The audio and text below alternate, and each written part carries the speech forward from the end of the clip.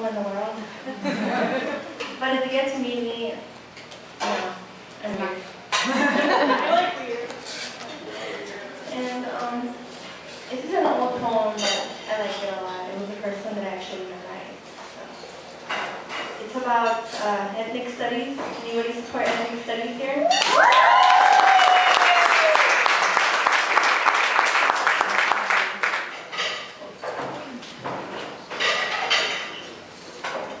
The first man who had fenced in a piece of land said, "This is mine," and found people naive enough to believe him. That man was the true founder of civil society. Rousseau knew what he was talking about, for possession is only to one's will. You're enslaved because you allow yourself to be enslaved. The flip of a page acts like the creation of mankind. The power of the utensil claims validity, authenticity, as if verity comes from only black print on blank paper. Sincerity is misinterpreted with integrity, misinterpreted with kindness, luring people to its trap. Sure, saying it will benefit the economy is melodic to the ear, but it's creating a blockage from identity's path, benefiting to the mind. Identity is a trunk of roots, linked to ancestry, linked to culture, linked to language, who we are. I, for one, have a perspective living in America, the opposite freedom of the people in Cuba, North Korea, Sudan, Libya, Pakistan, Central Africa. Education indulges intellect, creating voices of opinion, thought. Destruction is the monster in which ethnic studies then holds with its claws to scrape away perspective, talking about how unnecessary it is to study our own roots, and praising them is far worse of a crime than slaughtering a brown woman midst from nighttime in plain sight. Saying how our pure America should remain pure, but a melting pot country is far from pure, where differences blur with the patchwork quilt threads woven all together to form a nation like no other, where beauty is so pure, your America. Where we dead see lies and I only see white, I only see white. My skin is brown, but I only see white. I see with your eyes and you see with your own. So let us learn only your culture. The ones that betrayed humanity, calling native savages and snatching earth from their rituals, their songs, their dances. Let us learn the sound of metal chains clinging all together from African silence, voices hushed by torture and brainwashed to your pleasing. Let us learn your culture. Cryptic culture, cultic culture, consumer culture, fake culture, pretentious culture, freedom-robbing culture, world-destroying culture, pure, sweet, two-faced culture. Knife held at my beliefs, slid away at my knowledge and drains blood of I want, I feel, I ache.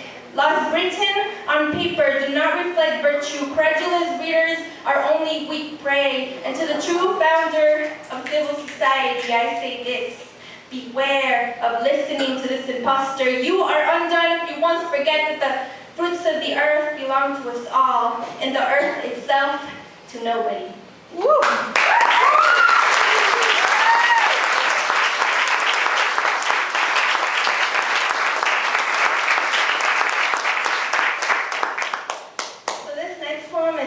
About how the media portrays us. We, as a first-generation immigrant and a woman, I'm portrayed in the media very, very negatively.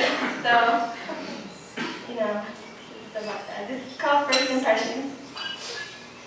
What look do you think they gave us when they first arrived? Disgust? Relief? Envy? That this land was ours first before they could ever lay a finger on it? That this land was ours first before they could ever shoot a cannon at it? On camera, we're 10 pounds heavier, 4 felonies brave, 25 paychecks broke, 6 steps behind, 78% unreliable, and you clearly don't hesitate to deny a second chance from us. And in that same quadrilateral figure of a screen, you prance around in your business suits, your cell phones, your desirable activities you look forward to after a day's work, and remind us with a slanted wagging finger that inside is what truly counts, that we shouldn't judge a book by its cover. Well, time is ticking toward deadlines carved on walls, and this book hasn't even been opened, and the thought of skimming through it isn't enough for our calloused hands, for our dry, thirsty mouths. I stand here, only reading from some pages, from some letters of my subconscious, and I wait not for change, but for silence, for a chance to speak, since I was told to speak only when I'm spoken to, but was never spoken to in the first place. Silence.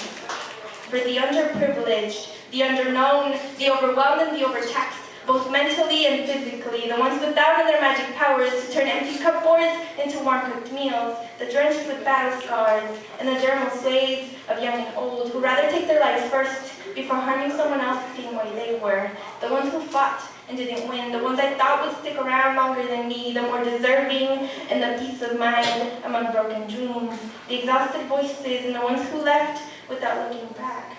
The word I give and the word they are, the word I give and the word they mark. For they cannot speak, so they become all ears. Even I, just one of them, can't speak for all of them.